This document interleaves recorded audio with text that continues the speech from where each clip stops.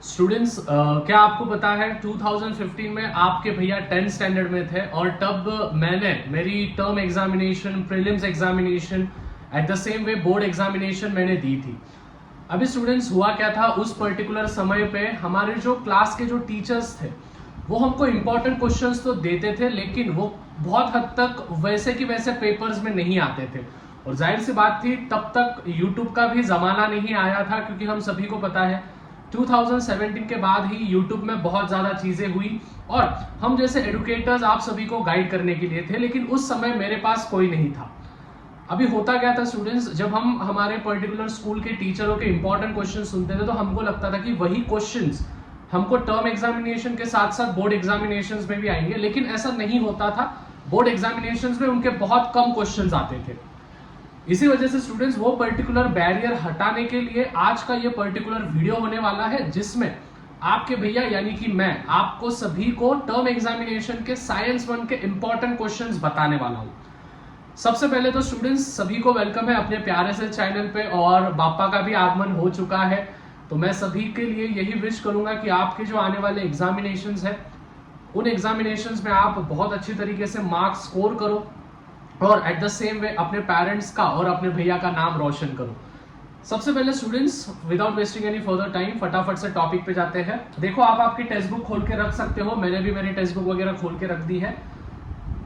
सबसे पहले students gravitation chapter का बहुत ही इंपॉर्टेंट वीडियो होगा, ज्यादा से ज्यादा वीडियो को शेयर करो अपने दोस्तों के साथ। चैनल पे नए होंगे तो सब्सक्राइब करो, क्योंकि 1,05,000 सब्सक्राइबर्स हम बहुत ज्यादा नजदीक है, बस 1000 ही सब्सक्राइबर्स बाकी है, तो फटाफट से कर देना है।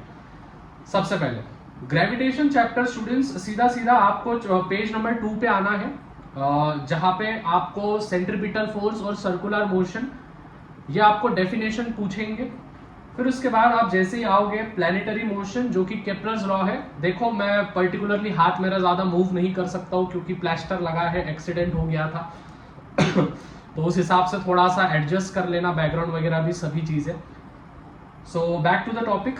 थर्ड पेज पे जो केप्लर्स लॉ है, केप्लर्स लॉ के अगर आपने ब्लैक बोल्ड लाइंस के जो स्टेटमेंट्स है, अगर वो स्टेटमेंट्स भी आपने कर लिए तो भी पेपर में आ जाएगा आपको। फिर सीधा सीधा आपको नीचे आना है। अभी स्टूडेंट्स एक चीज ध्यान में रखना, पेज नंबर 8 पे आपको दिया है variation in the value of G. ठीक है, variation in the value of G, उसके आपको चैप्टर्स के बहुत अच्छे से ये पर्टिकुलर चीजें करने हैं, विच इज सरफेस पे क्या होता है, एक्सेलरेशन ड्यू टू ग्रेविटी की वैल्यू, हाइट पे क्या होती है और डेप्थ में क्या होती है, ये सभी चीजें। मास और वेट का डिफरेंस, किसके किसके यूनिट टेस्ट में मास और वेट का डिफरेंस आया था, प्लीज कमेंट में बताना है। स्टूडेंट्स यहाँ पे फिर बाकी का कुछ नहीं करना है आपको, ठीक है, इस चैप्टर का बस इतना ही करना है। उसके बाद स्टूडेंट्स इस चैप्टर का जो पेज नंबर 15 है, पेज नंबर 15 का third question, explain why the value of G is 0 at the centre of the earth, वो वाला क्वेश्चन बहुत बार पूछा जाता है और इस पर्टिकुलर चैप्टर का आपको पूछा जाएगा, विच इज एक न्यूमेरिकल, कंपलसरी है एक न्यूमेरिकल, तो न्यूमेरिकल करके रखना, ठीक है। सो इतने ही इंपॉर्टेंट होंगे ये चैप्टर के। पीरियोडिक क्लासिफिकेशन ऑफ एलिमेंट्स पे आएंगे। इस पर्टिकुलर टॉपिक में स्टूडेंट जितने भी स्टेटमेंट्स है, Dobereiner's triad, Newlands law of octave, Mendeleev's periodic table हो गया, हेनरी मॉसले का मॉडर्न पीरियोडिक टेबल हो गया, इन सभी के स्टेटमेंट्स आपको लर्न करके रखने हैं। At the same way atomic mass क्या होता है, एटॉमिक नंबर क्या होता है, एटॉमिक वेट क्या होता है, ये सभी चीजें, एटॉमिक रेडियस क्या होता है, इनके डेफिनेशंस। उसके बाद मेरिट्स और डीमेरिट्स, ये बहुत बार पूछे जाते हैं, किसके किसके यूनिट टेस्ट में पूछा गया था ये भी मुझे कमेंट्स में बताना है। मेरिट्स डीमेरिट्स बहुत बार पूछे जाते हैं। फिर सीधा सीधा आपको आना है which is metallic non metallic character पे। फिर आप आओगे स्टूडेंट्स सीधा पेज नंबर 29 पे, जो कि है हमारे एक्सरसाइजेस। पेज नंबर 29 पे जो क्वेश्चन नंबर 6 है राइट शॉर्ट नोट्स, वो राइट शॉर्ट नोट्स में से आपको बस बी वाला आपको अच्छे से करना है, which is structure of modern periodic table वाला। साइंटिफिक रीजन, तो मैं तो सभी को यही सजेशन करता हूं कि साइंटिफिक रीजन आप ए वाला, सी वाला और ई वाला आपको करके रखना है। फिर बाकी के तो सिंपल सिंपल है, नेम द फॉलोइंग वगैरह है, तो वो आप कर सकते हो। Chemical reactions and equations students, इसमें आपको पूछा जाएगा balancing the chemical reaction, at the same way factors affecting the rate of chemical reaction, चारों टाइप के reactions, combination, decomposition, displacement, double displacement, ये चारों टाइप्स के। अगर आपको रिएक्शन समझने में दिक्कत आ रही है तो लिंक डिस्क्रिप्शन में दिया है, उस लिंक पे जाओ, वहां पे वन शॉट में पूरे 10 के 10 चैप्टर में जितने भी रिएक्शंस है वो पूरे के पूरे भैया ने वन शॉट वीडियो बना के दे दिया है, ठीक है। तो लिंक डिस्क्रिप्शन में। सीधा सीधा आपको आना है फिर exothermic, endothermic, redox reaction, corrosion पे आना है। अभी देखो स्टूडेंट्स, पेज नंबर 45 पे आपको दिया है question number 5। Observe the following picture and write down the chemical reaction with explanation. वो आपको करना है, ठीक है। वो पेपर में आता है, मतलब आता है। साइंटिफिक रीजन में से आपको आएगा शाहबाद टाइल का, शाहबाद टाइल और डी वाला, it is recommended to use airtight container for storing oil for long time। ये वाले आपको करके रखने हैं, और बाकी के तो ठीक ही है। बाकी के आपको बस एक चीज और एक मैं बताऊंगा आपको, रिडॉक्स रिएक्शन आप करके रखना। रिडॉक्स रिएक्शन पे बहुत बार क्वेश्चंस पूछे जाते हैं। तो जो जो चीजें मैं बता रहा हूँ स्टूडेंट्स, साइंस 1 के पेपर के लिए वो प्रायोरिटी रखो। उनमें से बहुत सारे क्वेश्चंस आपको दिखेंगे, आप खुद बोलोगे हाँ भैया ये हमारे टर्म एग्जामिनेशन में आए वाले हैं या फिर आए थे।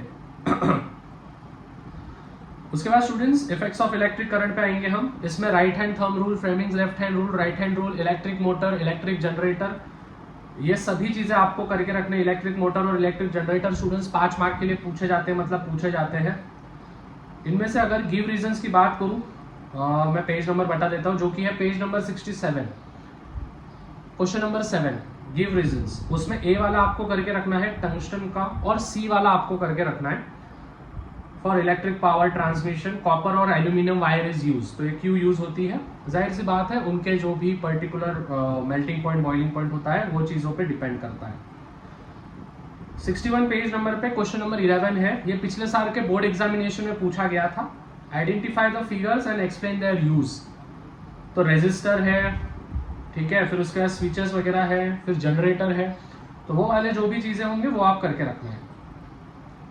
लास्ट चैप्टर देखो, 5 ही चैप्टर आते हैं इसके पर्टिकुलर टर्म एग्जामिनेशन में।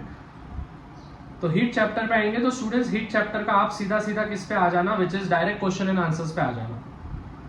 क्वेश्चन एंड आंसर्स पे आपको क्वेश्चन नंबर 6 का जो फर्स्ट है एनोमोलस बिहेवियर, फिर उसके बाद सी वाला जो है कि कोल्ड रीजन विंटर में जो भी रॉक्स होते हैं वो क्रैक हो जाते हैं due to anomalous expansion of water. देखो पत्थर में पानी जम जाता है, और वो पानी जब एक्सपांड होने लगता है कोल्ड जगह में, तो वो फिर पर्टिकुलर क्रैक्स आ जाते हैं उन पर्टिकुलर रॉक्स में।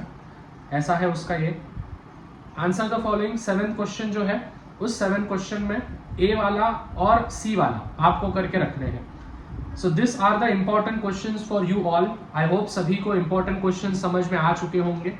सभी जन एक बार अगर दिख रहा होगा तो मैं रुक जाऊँ, मैं थोड़ा, हाँ दिख रहा है, अभी मैं ब्लर हो गया हूँ, अभी बापा है।